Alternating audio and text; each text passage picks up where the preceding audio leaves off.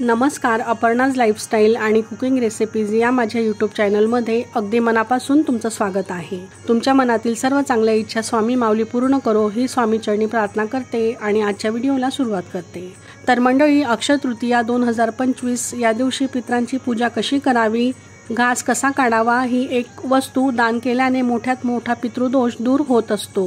या संदर्भातील संपूर्ण माहिती आपण आजच्या व्हिडिओमध्ये जाणून घेणार आहोत। त्यासाठी व्हिडिओ स्किप न करता पूर्ण पहा आणि तुम्ही जर आपल्या चॅनलवर नवीन असाल, तुम्हाला आपले व्हिडिओ जर आवडत असतील तर चॅनलला सबस्क्राइब नक्की करा।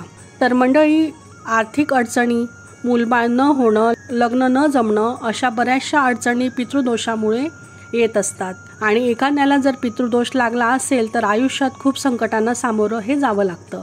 म्हणून पितृदोष घालवण्यासाठी अक्षय तृतीयेला 11:15 ते 12 वाजेदरम्यान अशी पूजा मांडणी आपण करावी। अक्षय तृतीयेच्या दिवशी पितरांसाठी पूजा आपण करत असतो, तसेच ही पितरांची सेवा खूपच महत्त्वाची मानली जाते। त्यासोबतच कोणत्या सेवा या दिवशी आवर्जून कराव्यात, तसंच पितृदोष घालवण्यासाठी कुठले उपाय करावेत, तसेच या दिवशी कावळ्याला एक वस्तू आपण खाऊ घालावी, तर ही संपूर्ण माहिती आपण आजच्या व्हिडिओमध्ये पाहणार आहोत।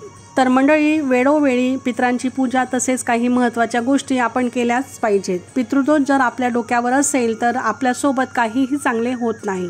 नेहमी आपल्या संसारात, कुटुंबात दुःख, संकट ही येत असतात। अक्षय तृतीया हा 3.5 मुहूर्तांपैकी एक शुभ मुहूर्त मानला जातो। तसेच हा दिवस पितरांचा सण म्हणून सुद्धा साजरा केला जातो। तसेच या पूजेमध्ये ज्या काही वस्तू आपण वापरतो त्या सर्व आपल्याला दान करायच्या असतात। तसेच महत्त्वाचं म्हणजे दुपारी 12 वाजेच्या आत पितर हे जागृत होतात, ते भूतलावर येत असतात, त्यावेळी त्यांना जेवायला घातलं जातं। म्हणून ही मांडणी 11:30च्या पुढे आणि 12च्या आत आपण करावी। देवघराजवळच करावी असं काही नाही, ही मांडणी इतरत्र घरात तुम्ही कुठेही करू शकता।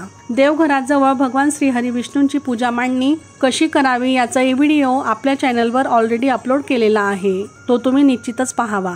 तर मंडळी, पितरांसाठी पूजा मांडणी करताना सगळ्यात आधी महिलांनी हे लक्षात घ्यावं की आपल्या डोक्यावर जर पितृदोष असेल तर अनेक समस्यांना सामोरे जावे लागते, जसं की मूलबाळ न होणं, डोक्यावर कर्जाचा डोंगर असणं, सततचे घरात आजारपण, नोकरी व्यवसायात अनेक अडचणींचा सामना करावा लागणं, घरात अशांत वातावरण, अशा बऱ्याच समस्या अडचणी जीवनात येत असतात। जर पितृदोष असेल तर या सर्व अडचणींचा सामना आपल्याला करावाच लागतो। म्हणूनच पितृदोष घालवणे खूपच महत्त्वाचं आहे। म्हणून अक्षय तृतीयेला पितरांची पूजा, सेवा आपण करावी। आता पितृ म्हणजे नेमकं कोण, तर आपल्या घरातले लोक ज्यांचा मृत्यू झालेला आहे, मग त्यामध्ये आपले सासू सासरे किंवा त्यांचे सासू सासरे, म्हणजेच आपल्या वरच्या पिढीचे जे लोक आहेत की जे आपल्यात नाहीत, त्यांच्यासाठी त्यांच्या स्मरणार्थ आपल्याला ही पूजा करायची असते। त्यांना आपण पितृ म्हणून संबोधन करत असतो आणि आपले पितर आपल्यावर जर नाराज असतील तर बघा, आपण आज जे काही आहोत ते आपल्या पितरांमुळेच आहोत।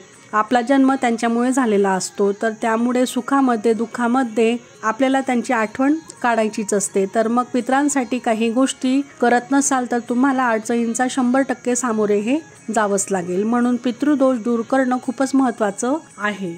तुम्ही मग कितीही देवदेव करा, पण जर तुमच्या डोक्यावर पितृदोष असेल तर त्या सेवेचा काही एक उपयोग होत नाही। म्हणून आधी पितृदोष दूर करायलाच हवा। तर आता अक्षय तृतीयेला पितरांची पूजा आपण कशी करावी, तर अगदी साधी सोपी पूजा मांडणी आहे। तर त्यामध्ये घागर तसेच बाकी सर्व गोष्टी आपण दान करायच्या असतात। तर या पूजेत एक मोठी मातीची घागर आणि एक लहान घागर, याला केळी असं म्हणतात, आणि वर ठेवलेली घागर तिला करा असं म्हटलं जातं। ही केळी म्हणजेच मोठी घागर आपल्या कुटुंबातील ज्या स्त्रिया मृत पावलेल्या आहेत वरच्या पिढीच्या, तर महिला लग्न करून सासरी येत असतात। सासरची पिढी ही वरची पिढी मानली जाते। तर आपल्या वरच्या पिढीमध्ये ज्या कोणी स्त्रिया मृत पावलेल्या आहेत त्यांच्या स्मरणार्थ ही मोठी घागर म्हणजेच केळी ही ठेवली जाते आणि लहान घागर म्हणजेच करा तो पुरुषांच्या स्मरणार्थ ठेवला जातो। तर केळी आणि करा या दोन्ही पितृपूजेमध्ये घेतल्या जातात। तर या दोघांना चंदनाने आपण इतर कुठल्याही पूजेमध्ये खालून वरच्या दिशेने हळदी कुंकवाच्या रेषा ओढत असतो, पण अक्षय तृतीयेच्या पितरांच्या पूजेमध्ये केळी आणि करा यांना चंदनाने वरून खालच्या दिशेने रेषा या आपल्याला काढायच्या असतात। त्या तुम्ही 5-7 अशा काढाव्यात आणि त्यावर लाल पिवळा कलावा म्हणजेच यज्ञकंकण किंवा त्याला आपण रक्षासूत्र हे विषम संख्येमध्ये म्हणजेच 1, 3, 5 असं दोन्ही घागरींना म्हणजेच करा आणि केळी यांना गुंडाळावा। या दोघांमध्ये व्यवस्थित पाणी भरून घ्यावे। बाजारातून आणल्यावर त्या स्वच्छ पाण्याने धुवून घ्याव्यात। अक्षय तृतीयेलाच या बाजारातून आपण आणायच्या आहेत। या दिवशी या खरेदीला अनन्यसाधारण असं महत्त्व असतं। आदल्या दिवशी शक्यतोवर या आपण आणू नये। आता यानंतर एका पत्रावळीवर किंवा ताटामध्ये आपण पाव किलो किंवा अर्धा किलो असे गहू घ्यावेत, कारण या गोष्टी आपल्याला दान करायच्या असतात, त्यामुळे त्या आपण व्यवस्थितच भरभरून घ्याव्यात। पत्रावळी किंवा ताट आपण का घ्यावे, कारण घागरीमध्ये आपण पाणी भरलेलं असतं, ते नंतर थोडंफार तरी बाहेर येत असतं। ताट किंवा पत्रावळी खाली ठेवली तर त्या पत्रावळीवर गहू आपण घ्यावेत आणि मग त्यावर केळी आणि नंतर करा ही ठेवायची आहे आणि त्यावर आपण खरबूज किंवा त्याला खिरणी असंही म्हटलं जातं ते आपण ठेवावं।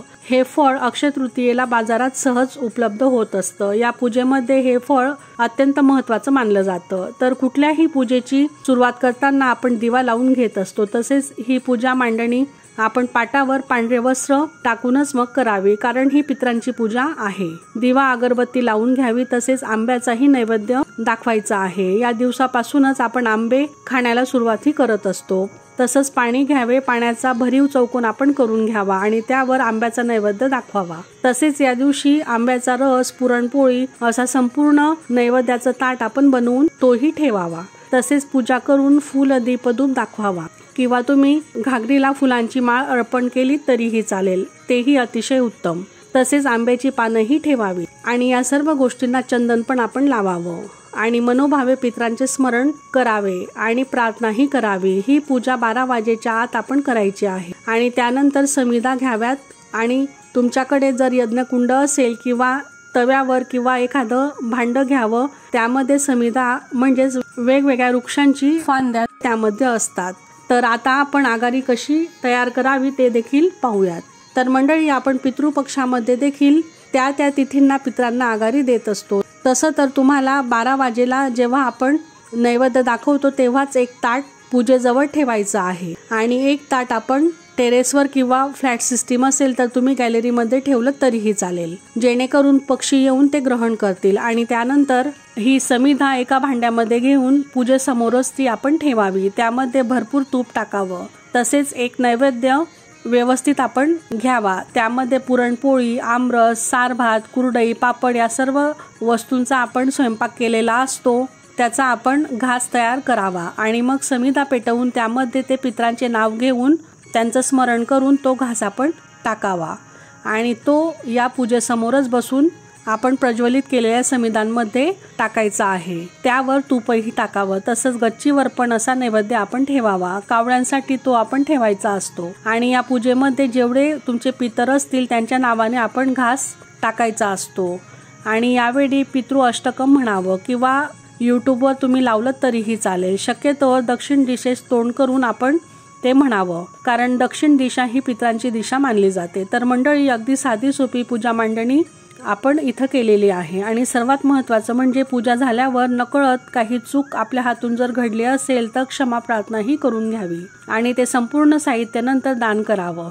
तसेच त्या लहान आणि मोठ्या घागरीमध्ये पाणी भरून मग ते आपण गरजूंना दान करावं। ते अत्यंत प्रभावशाली आणि पुण्यकर्म मानलं जातं। करा आणि केळी तसेच खिरणी हे सर्व साहित्य दान करावं। तसेच घास पण आपण कसा काढावा, म्हणजेच आगारी कशी टाकावी हे सुद्धा आपण आजच्या व्हिडिओमध्ये जाणून घेतलं। तसेच शेवटी प्रार्थना करावी, पितरांचे आभार मानावे की त्यांच्यामुळे आज आपण इथं आहोत आणि त्यांनी आपल्यासाठी जे काही केलेले आहे त्याविषयी कृतज्ञता व्यक्त करावी। तसेच या दिवशी दानाला विशेष महत्त्व आहे। तुम्ही जमेल झेपेल ते दान करावं। अन्नदान, वस्त्रदान, पाण्याचं दान, तसेच या दिवशी छत्री, चप्पल हे देखील तुम्ही दान करू शकता, कारण या दिवसांमध्ये अत्यंत कडक उन्हाळा हा असतो। यथाशक्ती दान धर्म करावा। दानाला या दिवशी अनन्यसाधारण असं विशेष महत्त्व आहे आणि यामुळे पितरांचे अनेकोत्तम आशीर्वाद आपल्याला लाभतात, ते आपल्यावर प्रसन्न होत असतात। तर मंडळी, अक्षय तृतीयेच्या दिवशी अशी पितरांची पूजा आपण आवर्जून करावी, जेणेकरून आपल्यावर जर काही पितृदोष असेल तर तो दूर होईल आणि आपल्या आयुष्यात समृद्धी आणि शांतताही प्रस्थापित होण्यास मदत होईल। त्यासोबतच घास कसा टाकावा म्हणजेच आगारी कशी तयार करावी ही संपूर्ण माहिती आपण आजच्या व्हिडिओमध्ये जाणून घेतली। तर कसा वाटला आजचा व्हिडिओ, आजची माहिती कमेंट करून नक्की सांगा आणि अशाच माहितीपूर्ण व्हिडिओसाठी आपल्या चॅनलला सबस्क्राईब नक्की करा। तुमचे जर काही प्रश्न असतील तर ते तुम्ही कमेंटमध्ये विचारू शकता। श्री स्वामी समर्थ।